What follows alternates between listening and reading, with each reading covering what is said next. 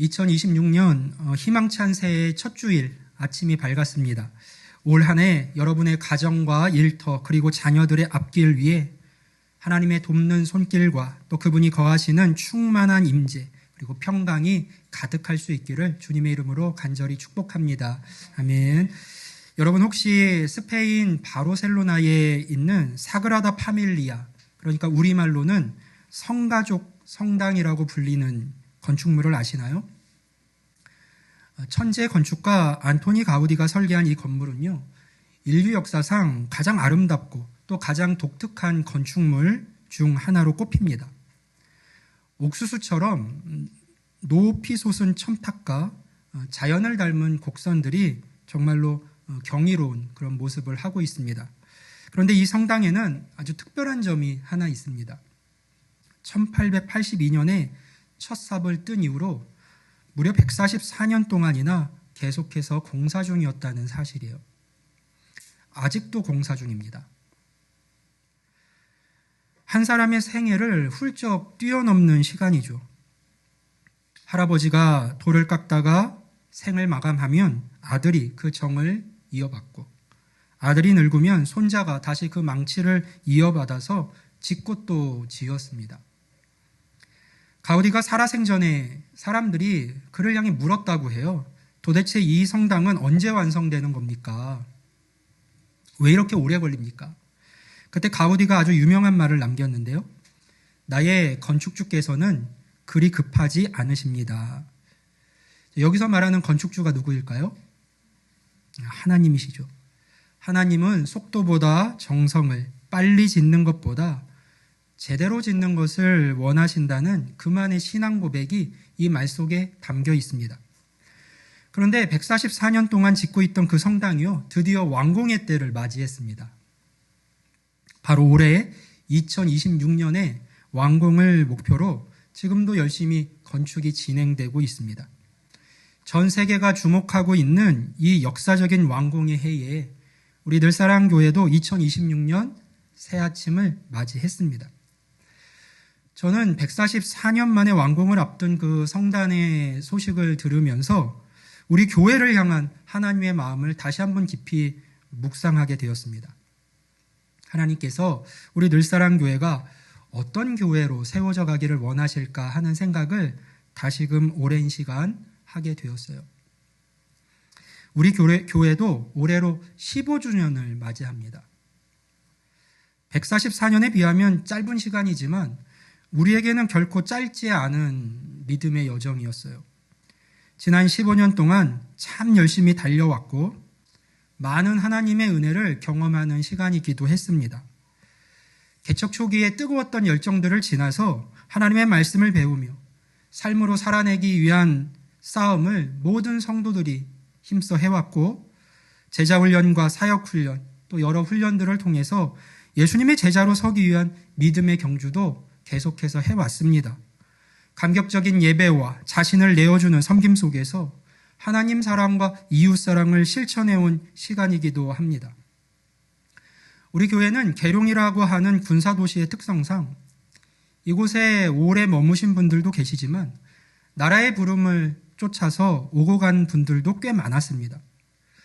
그래서 지난 시간 이 자리를 한결같이 지켜온 분들의 그런 결심과 헌신도 눈물겹도록 귀하고, 지금 이렇게 함께 예배하며 주님의 몸된 교회를 세워가고 있는 형제 자매 한 사람 한 사람이 제게는 참 사랑스럽고 귀합니다. 에베소서 2장에서 성경은 예수님이 한 건축물의 시작이자 기초인 모퉁이 돌이 되셨다고 말하고, 성도들은 그분 안에서 하나님이 거하실 처소가 되기 위해서 함께 지어져 간다고 말씀을 합니다. 그러니까 성도된 우리는 그냥 의미 없이 모여서 이렇게 예배하는 것이 아니라 분명한 목적을 가지고 있다는 것이죠. 그것은 바로 주 안에서 서로 연결되어 하나님이 거하실 성전이 되어 가는 것입니다. 저는 여기에 놀라운 비밀이 숨겨져 있다고 생각을 합니다. 우리 교회가 힘써 가야 할 것이 무엇인지를 정확히 발견할 수가 있었습니다.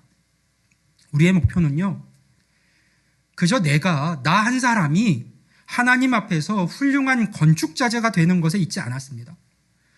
멋지고 빛나는 도구가 되는 것에 있지 않았습니다. 아무리 대단한 자재라 할지라도요, 혼자서는 결코 집이, 건축물이 성전이 될 수가 없기 때문이에요.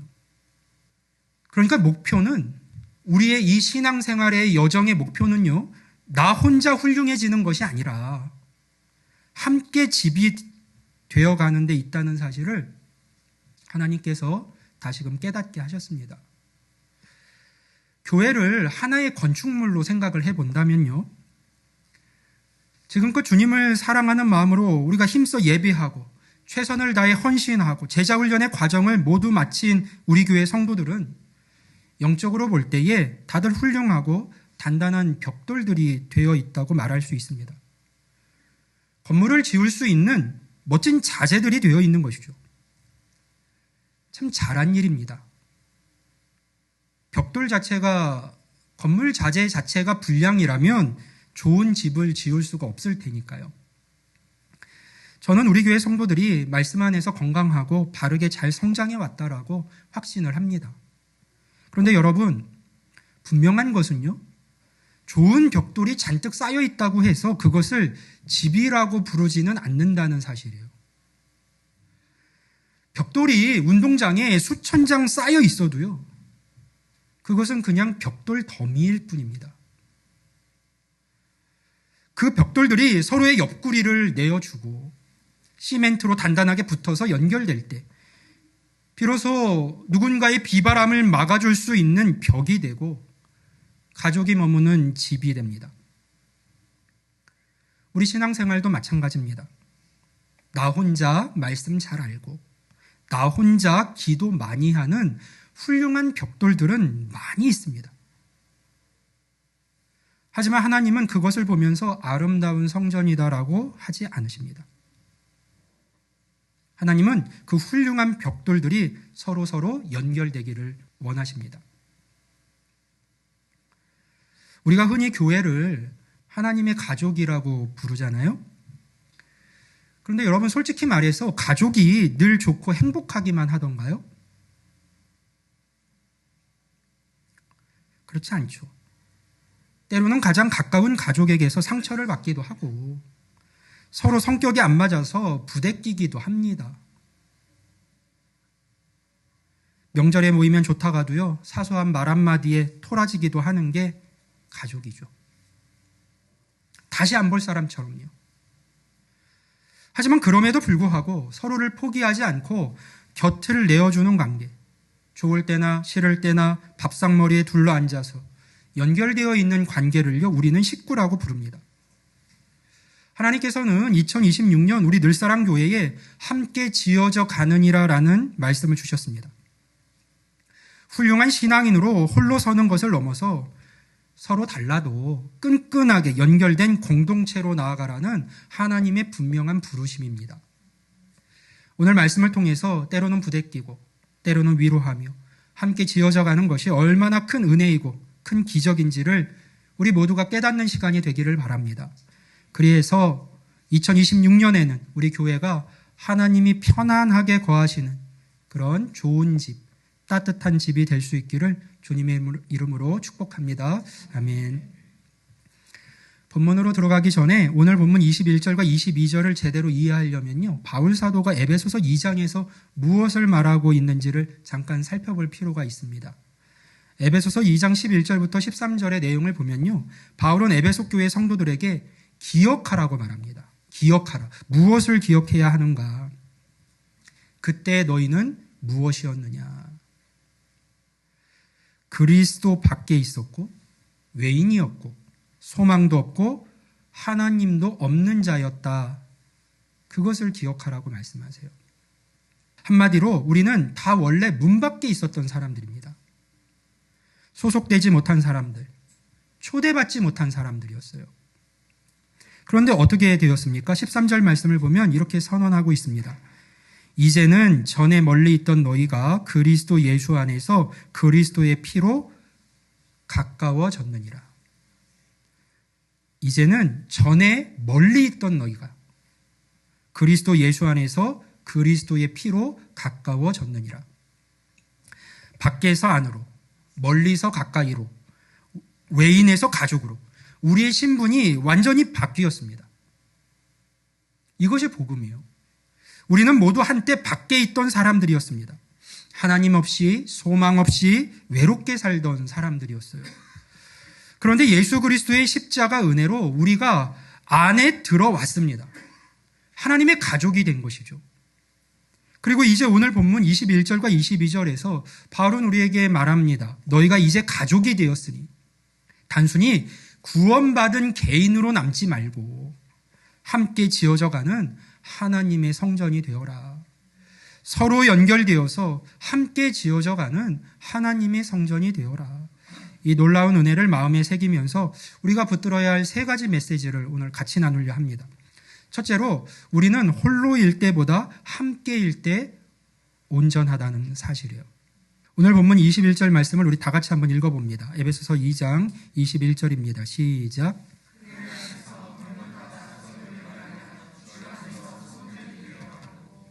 아멘. 여기서 가장 주목해야 할 단어는요, 그의 안에서예요. 그가 누구입니까? 바로 앞절인 20절 말씀을 보면 답이 나오는데요. 그리스도 예수께서 친히 모퉁이돌이 되셨느니라. 아멘. 그렇습니다. 그의 안에서의 그는 바로 모퉁이돌 되신 예수 그리스도이십니다. 그러니까 우리가 서로 연결될 수 있는 유일한 근거, 그리고 반드시 연결되어야만 하는 이유는 바로 이 예수 그리스도 안에 있다는 것이죠. 우리는 그저 사람이 좋아서 취미가 같아서 모인 동호회가 아닙니다. 우리가 서로 연결될 수 있는 단 하나의 이유는 다른 그 어떤 것이 아니라 우리 모두가 예수 그리스도라고 하는 동일한 기초 위에 서 있기 때문입니다. 여러분, 모퉁이돌이 무엇인지 아시죠? 요즘 현대 건축에서는 잘 쓰지 않지만 고대 건축에서는 건물의 운명을 결정짓는 가장 중요한 첫 번째 돌이었습니다. 건축가는 건축을 세울 그 땅 위에 건물을 지을 때요, 가장 먼저 크고 단단하면서 완벽하게 직각으로 깎인 모퉁이돌을 땅에 놓습니다. 그리고 그 돌을 기준으로 해서 동쪽 벽을 쌓고 그 돌을 기준으로 해서 북쪽 벽을 쌓습니다. 그러니까 이 모퉁이돌의 각도가요, 1도만 틀어져도 나중에 건물 전체가 비틀어지고 무너지게 됩니다. 모퉁이돌은 기준이에요. 우리가 옷을 입을 때 첫 단추를 잘못 끼우면 그 후에 아무리 단추를 열심히 끼워도 마지막에는 옷이 비틀어지는 것과 같습니다. 예수님은 우리 신앙의 첫 단추이시자 모퉁이돌이십니다. 여기서 우리에게 주는 놀라운 영적인 원리가 있죠. 바로 연결의 기하학입니다. 여러분 상상해 보세요. 자, 여기에 지금 모퉁이돌이신 예수님이 계십니다. 그리고 옆에 있는 제가 이 모퉁이돌에 딱 붙어 있으려고 애를 씁니다. 여기 모퉁이돌 대신 예수님이 계시고 제가 이 모퉁이돌에 딱 붙어 있으려고 애를 써요. 그리고 제 옆에 있는 우리 박 집사님도 예수님께 딱 붙어 있으려고 애를 씁니다. 그럼 저랑 박 집사님의 거리는 어떻게 될까요? 필연적으로 가까워질 수밖에 없습니다. 저도 모퉁이돌 대신 예수님께 바짝 붙어 있으려고 애를 쓰고, 박 집사님도, 이 집사님도, 전 집사님도 여기에 붙어 있으려고 애를 쓰면 필연적으로 서로 가까워질 수밖에 없는 것이죠. 그러니까 예수님께 가까이 가면 갈수록 우리는요, 형제 자매와도 가까워질 수밖에 없는 구조. 이것이 바로 교회입니다. 우리는 다 예수님께 가까이 나가려고 하는 사람들이지만 예수님이 모퉁이돌이시기에 예수님께 가까이 나아가려고 하면 할수록 서로가 가까워질 수밖에 없는 구조. 그게 교회예요. 반대로 내가 형제 자매와 좀 멀어지고 있다면요, 혹은 교회 공동체 안에서 겉돌고 있다면 그것은 어쩌면 저 사람이 나랑 성격이 안 맞아서가 아니라 내가 지금 예수님이라고 하는 그 모퉁이 돌에서 조금 떨어져 있기 때문일 수 있습니다. 내가 지금 주님과 깊이 연합하면 연합할수록 내 옆에 지체를 향한 마음도 깊어지는 것이, 가까워질 수밖에 없는 것이 정상입니다. 사랑하는 성도 여러분, 혹시 여러분 중에 이렇게 생각하시는 분이 계실까요? 목사님, 저는요, 하나님과의 관계는 참 좋습니다. 큐티도 매일 하고 기도도 날마다 합니다. 그런데 사람과 얽히는 건 너무 힘들어서요. 너무 피곤합니다. 과거의 경험을 통해 볼 때 이제 더 이상 상처받기도 싫고요. 그래서 저는 가나안 성도는 아니지만, 교회 안 나가는 성도를 의미하는 말이죠. 저는 가나안 성도는 아니지만 그냥 조용히 예배만 드리고 가는 그런 성도로 지내고 싶어요. 요즘 그렇게 가만히 와서 예배만 드리고 가는 성도를 독서실 성도라고 하더라고요. 이렇게 내 칸 안에 들어와서 나 혼자 할 거 하고 그냥 조용히 움직이는, 요즘 이런 분들 참 많이 있죠. 충분히 이해가 됩니다. 사람에게 치이고 상처받은 그 아픔들 얼마나 큰지 저도 잘 알고 있어요. 그러나 여러분, 그것은 마치 벽돌이 이렇게 말하는 것과 같아요. 나는요, 모퉁이돌하고는 참 친한데 옆에 있는 벽돌하고는 붙고 싶지 않아요. 안 붙을래요. 하지만 그런 건물은요, 세상에 존재할 수 없습니다. 모퉁이돌에 붙어 있다는 것은 곧 옆에 돌과 어깨를 맞대고 있다는 뜻이기 때문이에요. 하나님은 우리를 거룩한 독주를 하는 영웅으로 부르지 않으셨습니다. 하나님은 우리를 서로 기대어서는 가족으로 부르셨습니다. 내가 옆 사람을 필요로 하고 옆 사람이 나를 필요로 하는 것, 이것은 연약함이 아니라 하나님이 설계하신 가장 안전하고 아름다운 구조입니다. 둘째로, 연결은요, 아픔을 동반하지만 그 아픔은 우리를 살리는 과정이라는 사실이에요. 성경이 말하는 연결은 그냥 매주 얼굴 보고 인사하는 그런 낭만적인 게 아니에요. 좋은 모습만 보고 흩어질 수 있는 그런 낭만적인 게 아닙니다. 훨씬 더 실제적이고 때로는 아픔을 동반합니다. 필연적으로. 21절에 나오는 서로 연결하여라고 하는 헬라어 단어는요, 쉬나로 몰로게오라고 하는 아주 특별한 단어입니다. 이 단어는요, 고대 건축가가 울퉁불퉁한 그 자연석들을 가져다가 정교하게 깎고 다듬어서 빈틈없이 딱 맞추는 과정을 뜻하는 단어예요. 또는 의학적으로는 의사가 부러진 뼈를 맞출 때 이 단어를 쓰기도 합니다.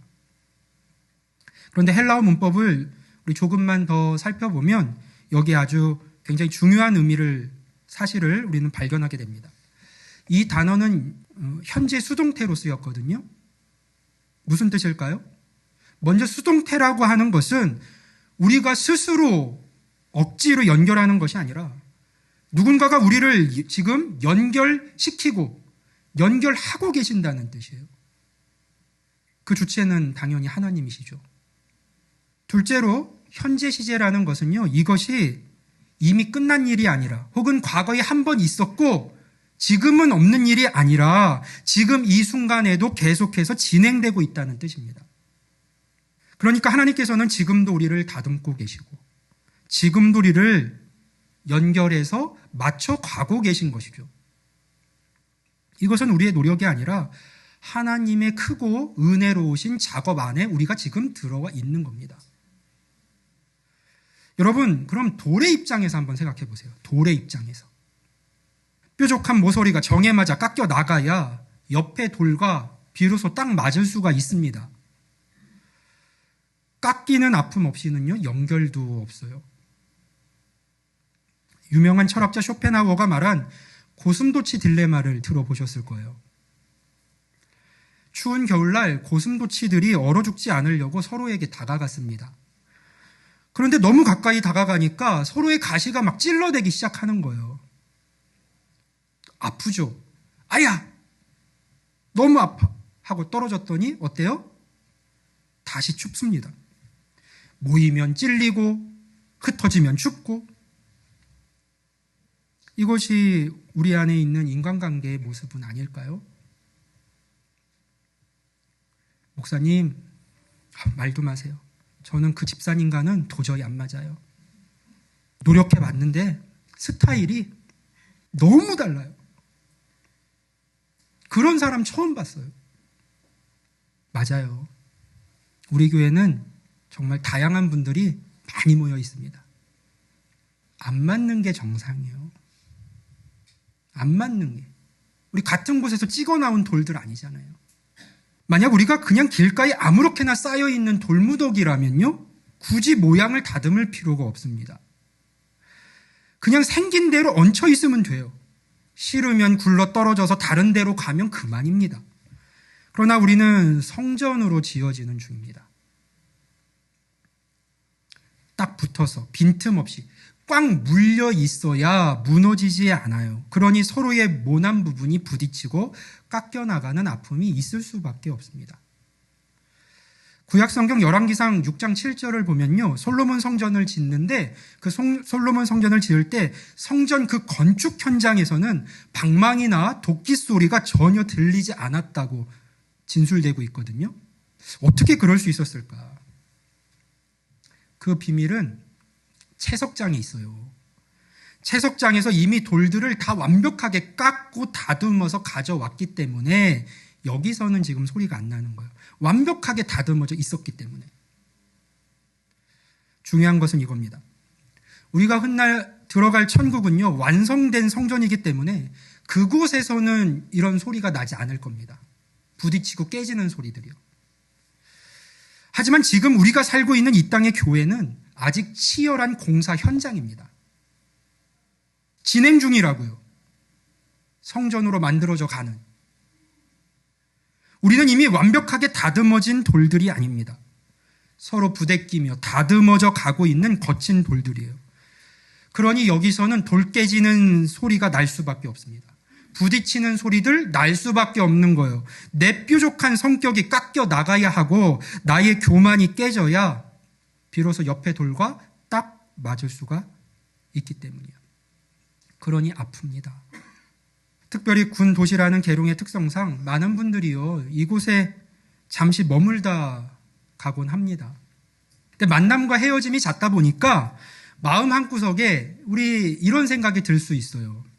어차피 잠시 머물다 갈 건데 2년 뒤면 떠날 사람인데 우리가 서로에게 그렇게 깊게 정을 주고 마음을 쓸 필요가 있나? 적당히 거리를 두고 대하면 되는 거 아닌가? 그냥 이렇게 예배 드리고 적당히 어울리다가 또 때가 되면 움직이면 되겠지. 어쩌면 그것은 조금 더 편안하고 싶고 또 상처받지 않으려고 하는 우리의 방어 기제일 수 있습니다. 충분히 그 또한 이해합니다. 그런데 여러분, 하나님께서 우리를 지금 여기 늘사랑교회에서 만나게 하신 데는 분명한 이유가 있습니다. 하나님 안에서 우연은 없는 거예요. 설사 짧은 시간일지라도요, 하나님께서 우리를 이곳에 함께하게 하셨다면 하나님께서 예비하신 시간 동안 우리는 서로에게 거룩한 사포가 되어 주어야 하고 나 스스로도요, 하나님의 의도만큼 열심히 다듬어져야만 합니다. 하나님이 그분을 내 옆에 두신 이유는 그분을 통해서 나를 다듬으시기 위함이에요. 도저히 사랑할 수 없는 사람을 사랑하려고 애쓸 때 나의 이기심이 깎여 나갑니다. 도저히 용납할 수 없는 사람을 품으려고 할 때 나의 교만이 깨져 나갑니다. 내가 아직 예수님처럼 다듬어지지 못한 부분이 있구나. 그것을 알게 되죠. 이 치열한 연결의 과정이 없이는요, 우리는 결코 예수님을 닮은 인격으로 자라날 수가 없습니다. 그렇다면 마지막으로 우리가 이렇게 힘들게 깎이면서까지 함께 지어져 가야 하는 이유가 있을까요? 있다면 그것은 무엇일까요? 단지 우리가 서로 간에 외롭지 않기 위해서 그런 노력을 해야 되는 걸까요? 그렇지 않습니다. 더 위대하고 영광스러운 목적이 우리에게 주어져 있어요. 22절 말씀을 우리 다 같이 읽어볼까요? 에베소서 2장 22절 말씀입니다. 시작.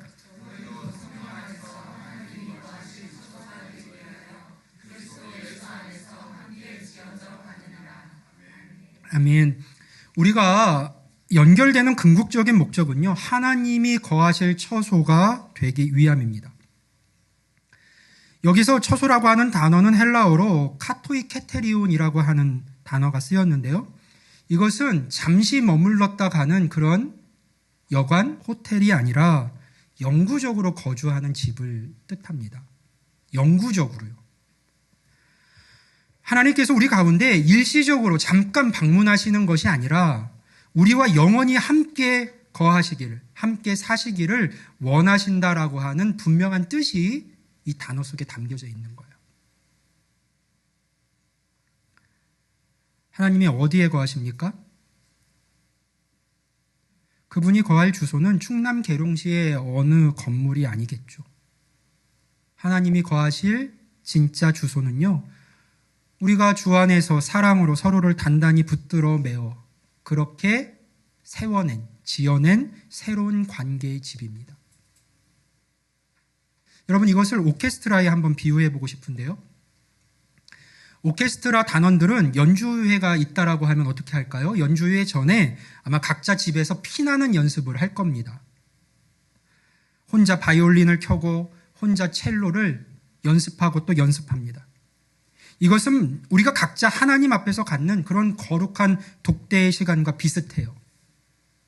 우리의 신앙 기초로서 그런 시간을 갖는 건 너무나도 중요하고 소중합니다. 그러나 여러분, 바이올린 독주가 아무리 아름답다고 해도 우리는 그것을 교향곡이라고 부르지는 않습니다. 오케스트라, 합주가 될 수는 없는 것이죠. 그 진정한 음악은 모든 연주자가 한자리에 모여서 각자 연습한 것들이 있겠죠. 그 모든 사람들이 한자리에 모여서 지휘자의 손끝에 맞춰 서로의 소리를 들으면서 화음을 맞출 때 비로소 탄생을 합니다. 나의 소리만 내는 것이 아니라 내 소리를 조금 줄이고 다른 악기의 소리를 들으면서 그렇게 하나가 될 때 청중은 그 연주를, 합주를 들으면서 전율을 느끼게 되죠.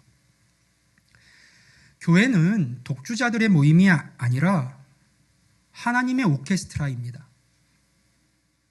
분명한 지휘자가 있다는 거예요.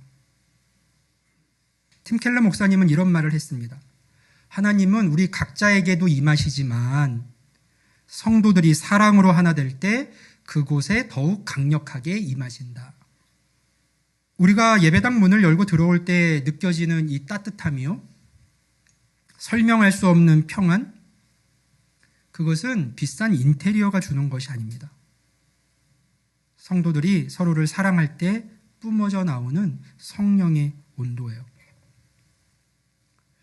많은 분들이 우리 교회에 처음 와서 예배를 드리실 때 그런 이야기들을 하곤 하세요. 예배가 참 감격적입니다. 교회 분위기가 너무 좋습니다. 성도님들이 참 밝고 따뜻해 보입니다. 그런 느낌을 가질 수 있는 교회라서 저는 우리 교회가 참 좋습니다. 여러분, 복음서에 보면 예수님께서 성전을 정화하시는 사건이 나오잖아요.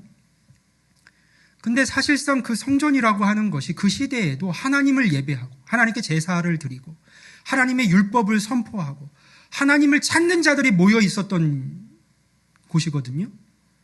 근데 주님은 그곳에 들어가셔서 내 아버지의 집은 기도하는 집이다, 그러니까 하나님과 교제하는 집이다라고 말씀하시면서 그거 다 뒤집어 엎으셨어요. 바꿔 얘기하면 어떤 의미입니까? 그 성전, 그 당시의 성전은요, 하나님이 거하시기에는 합당하지 않은 처소였던 거예요.